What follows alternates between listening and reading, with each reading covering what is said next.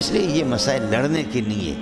موسیٰ علیہ السلام سے جب آپ فرماتے کہ مررت بقبر موسیٰ وہو قائم یصلی، موسیٰ کی قبر سے میرا گزر ہو گیا، موسیٰ علیہ السلام اپنے قبر میں کھڑے ہو کر کے نماز پڑھ رہا ہے۔ موسیٰ قبر میں بھی ہے اور موسیٰ چھٹے آسمان پر بھی ہے، اور موسیٰ علیہ السلام ادھر مسجد اقصی میں بھی ہے۔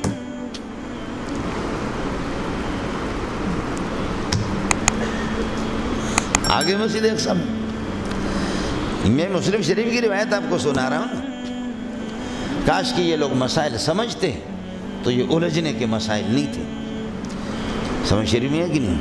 یہ الجھنے کے یہ مسائل نہیں تھے، لیکن یہ کہ یہ لوگ لگے ہوئے ہیں۔ سمجھے اللہ پاک نے نالائق خطیبوں کے ہاتھ میں اس مسئلے کو جب ڈال دیا تو نالائق خطیبوں نے پھر دنیا کو گمراہ کر کے چھوڑ دیا۔ پنجاب کے فتنوں سے اللہ سب کی حفاظت فرمائے۔ پنجاب کے جو فتنے ہیں وہ سندھ میں بھی اثر انداز ہو گئے۔ تبلیغی جو نور اللہ مرکدو کو نور اللہ مرکدو پڑھنے والے، وہ بھی اب سماع معتاد توسل حیات انبیاء سے بحث کرنے لگے۔ سمجھ رہی ہے کہ نہیں؟ وہ بھی ابھی ان مسائل میں ایسے الجھ گئے کہ ایسے الجھ گئے۔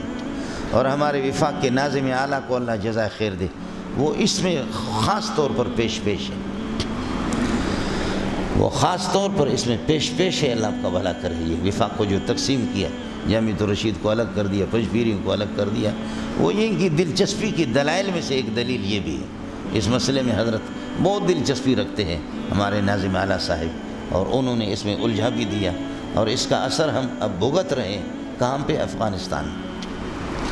افغانستان میں اب ایمان و کفر کا یہ مسئلہ بنا ہے۔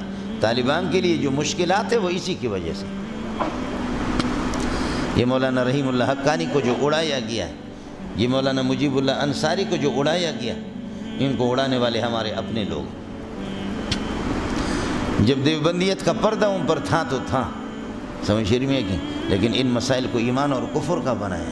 میں تو شیخ الاسلام کے لیے دعا کرتا ہوں، مولانا عبدالحمید اللہ ان کو زندگی دے دے، کہ الحمدللہ ایران کے اندر یہ بکواسات نہیں ہے۔ ایران میں ایک دو مولوی نے بنوری ٹاؤن سے یہاں سے پڑھ کر کے وہ گئے، وہاں انہوں نے ان مسائل کو چھیڑا، تو حضرت شیخ الاسلام نے یہ کہ ان کے والد کو بلایا، فرمایا کہ اب اپنے گھوڑوں کو لگام دے دو، اگر نہیں تو انشاءاللہ تمہارا بستر اٹھا کر کے سمندر میں پھینکوں گا، اور پھر تم سمجھ جانا کہ کس طرح ہے۔ ہم پہلے سے رافضیت سے فارغ نہیں ہیں۔ قبحہم اللہ قبح اللہ وجوہہم، جیسے کہ حضرت عبد القادر جیلانی ان کے بارے میں یہی کہتا ہے، سمجھ رہی ہیں؟ قبح اللہ وجوہہم، اللہ ان کے چہروں کو بگاڑ دے۔